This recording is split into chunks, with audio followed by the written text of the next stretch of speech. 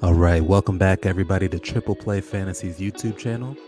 Right now we're going to do a quick review of the Atlanta Falcons season and check to see if they have any Dynasty prospects going forward. So let's take a look at some of the relevant fantasy players for the Falcons this year and people that we may need to have on our radar for next year as well. So we're going to have Matt Ryan, who was a QB 20, Kyle Pitts, who actually finished TE 9, Russell Gage was a surprise for me this year, finishing wide receiver 45. Cordarrelle Patterson was probably the biggest surprise, as he was used in the rushing and passing game very effectively, finishing RB12, and Calvin Ridley at wide receiver 107. So Matt Ryan had a really interesting year. I think he proved that he had a lot left in the tank. Last year, people were saying, his arm's shot, he's done, he's getting to that age where it's time to look for the successor. And while I think it is time to look for a successor, he's shown he's still a playoff caliber quarterback. And if he has the pieces around him, he can absolutely make it work. He almost threw for 4,000 yards this year, and that's without his wide receiver 1, 20 touchdowns, 12 picks.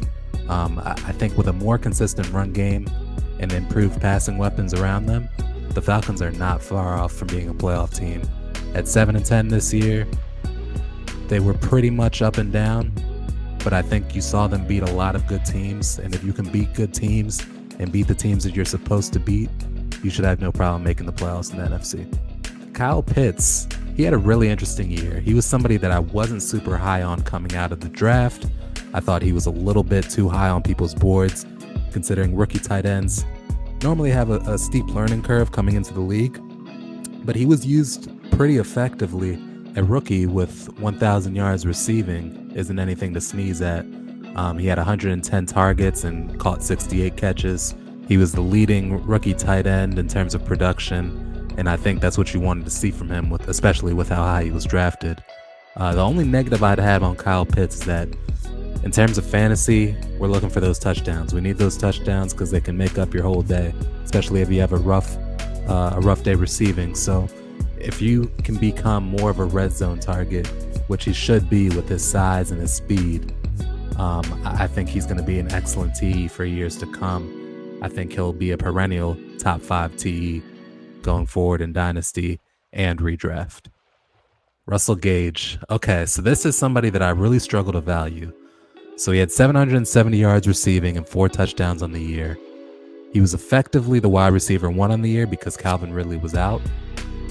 I don't know that he's the preferred wide receiver 1 for this team. I think they'll look to upgrade that position, whether it be through free agency, through trades, or through the draft. But at the same time, I think Russell Gage showed he could be a wide receiver 1. And if you can be a wide receiver 1, you're going to be way better as a wide receiver 2. And I think he's going to benefit from not getting a defense's top corner if he becomes that wide receiver 2 again. So I don't know exactly where to value Russell Gage, but he's certainly on my radar if you can get him in the mid rounds. Okay, Cordarrelle Patterson, the Swiss Army knife, 618 rushing yards, 6 touchdowns, 548 receiving yards, 5 touchdowns. He could be used as a running back, he could be used as a wide receiver. Some weeks he had eligibility as both. He's really quite the tool to have on your Dynasty roster. The problem with Cordarrelle Patterson is going to be, going forward, I think you have to look at this as an outlier year.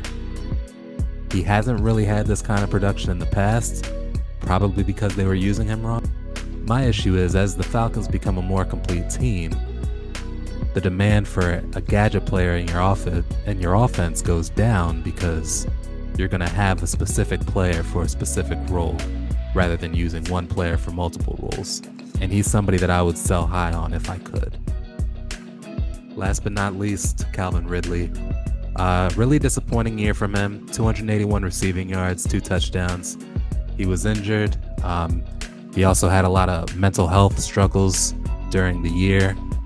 And the way I look at Calvin Ridley is, if he hasn't lost his desire to play football and he's not hurt, which doesn't seem like either of those are the case, he's the same Calvin Ridley we've come to expect to be a top tier wide receiver 1 in this league. So I think he needs a new change of scenery. It seems like he wants out of Atlanta, and Atlanta's probably fine to move on from him. I don't know exactly where he's going to end up, But if he ends up in a place where he can be the wide receiver one, or he goes to one of these, super teams that already has a wide receiver one in place and he can go be a wide receiver two, I think you're going to be happy you held on to your Ridley shares. I would not trade him at this juncture because his value that he could provide next year is going to outweigh whatever somebody will pay for him on the down year that he just had. It's going to be interesting to see what they do with that 8th overall pick. I'd imagine they take a pass rusher.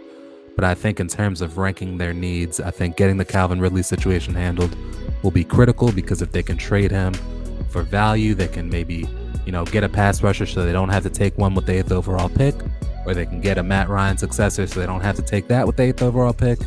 There could be multiple ways that they can go with that, but when you have an asset like Calvin Ridley, he can really fill up other holes on your team. But all in all, I think the Falcons are actually really close to being a playoff contending team.